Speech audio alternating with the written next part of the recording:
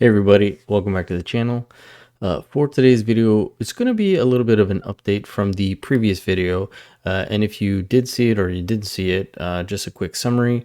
I played a portion of the House of Commons in the previous video that showed Pierre calling out Jagmeet. He called him a fraud, a fake, a phony, said he was selling out Canadians. And once he did that little speech and he sat back down, you heard a bit of an uproar in the House. And as I pointed out, you saw Pierre looking over towards where Jagmeet usually sits, or the NDP section in the House is, and kept saying, do it, let's go, kind of thing. You could see that mouthing off. Then the Speaker of the House muted the mics, and as he came back to address the House of Commons, you heard another uproar, and then you could kind of hear, oh, you think you're a tough guy, you think you're a tough guy. Now, my speculation was this was Jagmeet addressing Pierre after he said that, and now we have confirmation. If you aren't familiar with what I'm talking about, I'll quickly play that again, and then we'll get into the confirmation itself. The Honourable Leader of the Opposition. The NDP leader was terrified he was going to lose a by-election in Winnipeg, a NDP stronghold. So he put out a Hollywood production where he claimed he had torn up the carbon tax coalition onto which he had signed up, that he was going to stop fighting for his pension and start fighting for the people. But once the votes were counted, he betrayed them again. He is a fake, a phony, and a fraud. How can anyone ever believe what this sellout NDP leader says in the future?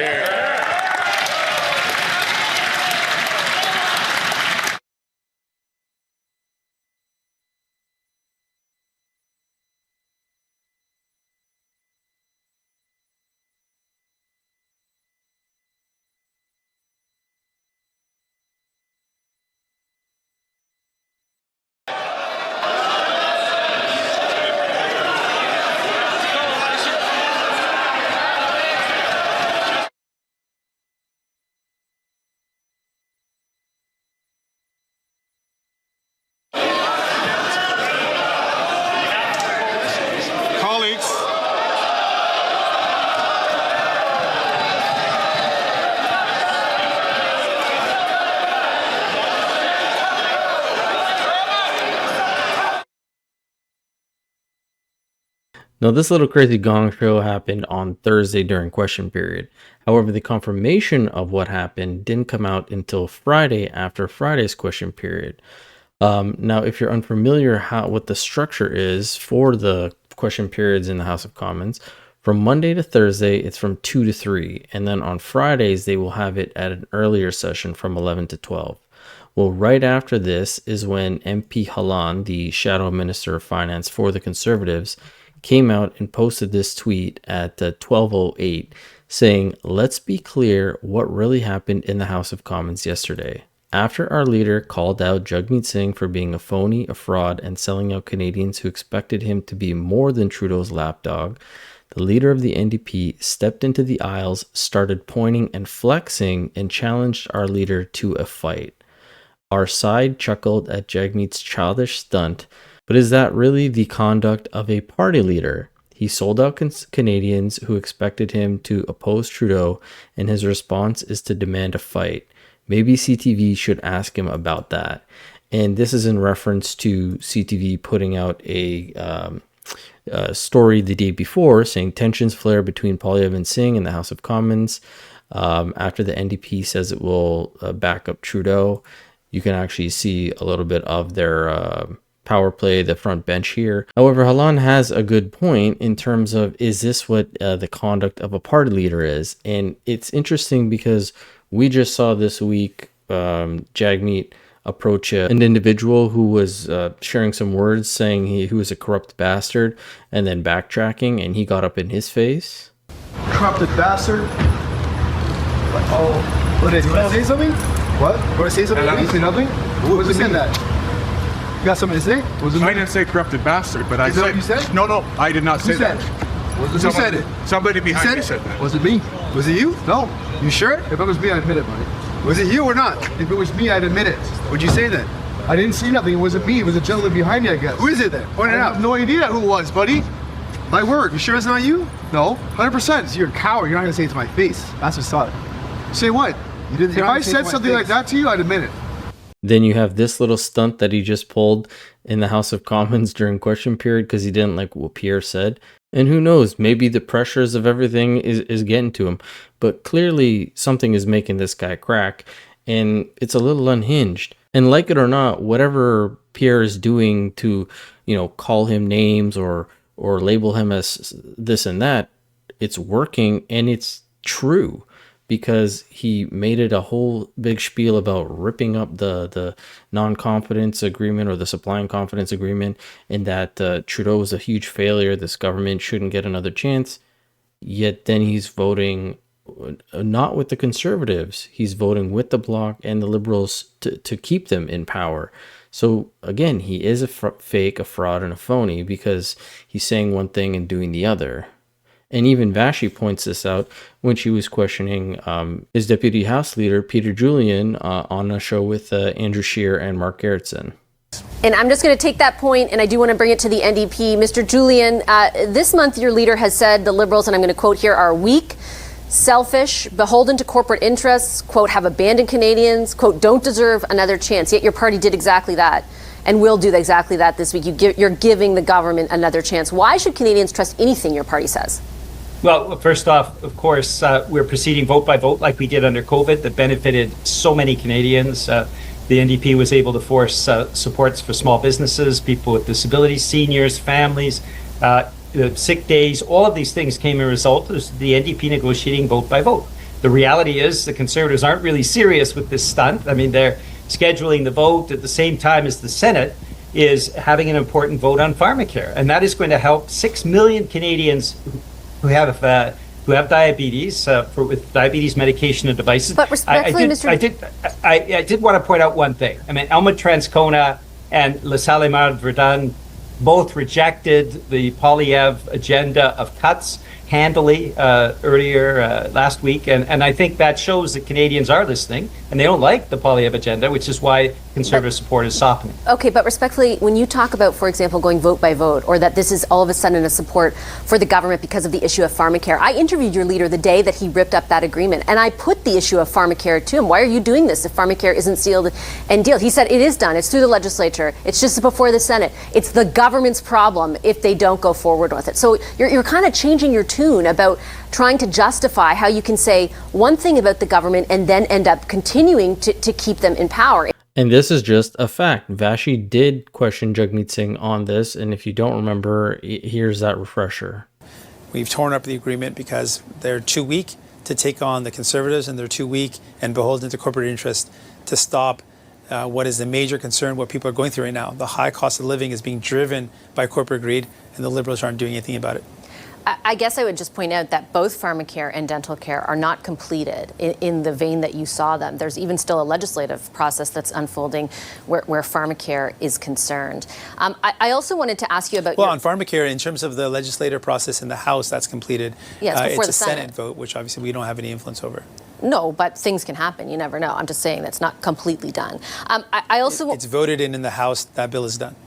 So you think for sure it's going to happen? You trust the Liberals to make sure it happens? Because I think the argument you're making is... That's on them. Yeah, but the argument if Justin Trudeau doesn't move forward on pharmacare, that's because Justin Trudeau chose not to. But in terms of the argument you're making, sure, but the argument you're making to Canadians is essentially you stayed in it as long as you did to get things done. So if those things aren't done, why aren't you continuing to stay in it unless there's some kind of political interest in it for you to move to a different position, which is what the Liberals essentially are accusing you of. They say blatantly, Karina Gold on this program last night, you put your own interests ahead of Canadians. Yeah, his own interest, aka selling out Canadians, like Pierre has said, and his own agenda, his pension. These are things that are clear to Canadians, at least I would hope clear to Canadians. And Vashi even fact checks Peter Julian and the NDP a little bit more during this little interview, because they keep saying that the Conservatives are going to cut pensions and health care and all this stuff for Canadians. And she actually asks Andrew Scheer this, and Andrew Scheer blatantly comes out and says, no, we're not doing that. I want to bring in your colleagues from the Conservatives and the NDP. Mr. Shearer, I'll start with you. Literally every other party, opposition party in the House of Commons expressed this week that they collectively believe, even though things are bad under the current Prime Minister, that they'll be even worse if your party forms government. Shouldn't you take that to heart? Well, taking advice from political parties who all agree with each other that the carbon tax should be quadrupled, rising to 61 cents a litre. All of those other parties agree that there should be even more lenient sentences for dangerous and repeat offenders. I mean, what we're dealing with is the Canadian people are passing judgment on this Liberal government that doubled their housing costs, devalued their paychecks, unleashed crime and drugs into our communities, and they're saying we don't want that anymore. So only the Conservative Party is offering something different. But more to the point, what they have criticized your government for is what they say will happen, your party for, pardon me, is what they say will happen if your government, I'm going to put the specifics to you. Mr. Singh this week said that a Conservative government would take away your pensions and take away health care. You can answer very plainly right here if that is the case. Do you plan to change pensions for Canadians, to remove them in any way, or to cut healthcare transfers to the provinces? Of course not, Vashi. And this is where things start to get good, because Vashi goes on the attack at Peter Julian, saying the NDP keeps spreading this false rhetoric about the Conservatives cutting pensions and healthcare. We saw this a few videos ago. I proved that he was lying, that Conservatives say they want to continue dumping toxic waste into water and allowing big corporations to pollute. That's false, but he keeps talking about that. And so she calls Peter Julian out on this, saying, your leader keeps doing this. And his Harper derangement syndrome kicks in, starts talking about Stephen Harper and the government then. And she goes, that was another government, and you think it's going to happen again? And he says, yeah, it is. And then she basically calls him out and says, yeah, so you guys are never not going to vote with the Liberals then. Why did you even rip up the agreement? You did it all for nothing.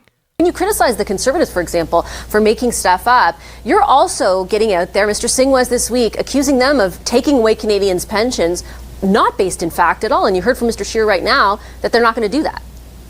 Oh, well, actually, I lived under the Harper government. We all did. We saw they took away seniors' pensions. They basically obliterated 2 years of seniors' pensions and forced people to work longer. That's right. But that's not. But is it fair to say because it happened before, it'll happen again? So, Yes. Well, absolutely. I mean, the Poilievre agenda is cuts. It was rejected in Elmwood-Transcona. It was rejected in Montreal. What we're seeing is Canadians, the more they find out about the Poilievre agenda, the less they like it. And that agenda of cuts is something that Canadians are rejecting. I just have a few more seconds, though. So basically, are we to interpret from this that you'll never vote against the government, which is exactly how the Conservatives are framing it, that this ripping up of the agreement was false, was fake, was phony? I mean, there's nothing in what you or your leader are saying that gives me any reason to believe, or Canadians watching, that you're ever going to oppose anything they do. Quite frankly, we've opposed a number of things that the Liberals have done that Conservatives have supported. And you're seeing the Liberals criticizing us for ripping up the agreement, and the Conservatives trying this bizarre narrative that basically speaks to the fact that they're sore losers in Elmwood-Transcona. We are proceeding vote by vote. That's what we did in the last Parliament, and it was to the benefit of all Canadians that we were able to leverage our vote to make sure that good things happen for Canadians. But you gave your vote for nothing this time. And that's what we call checkmate, because she's not lying. These guys aren't getting anything out of this vote right here. They're not solidifying any policies or programs that they want to implement, or getting housing or grocery prices down.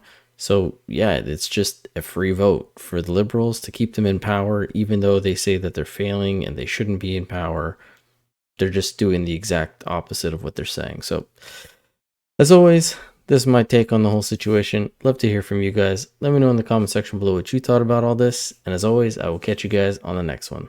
Thanks so much.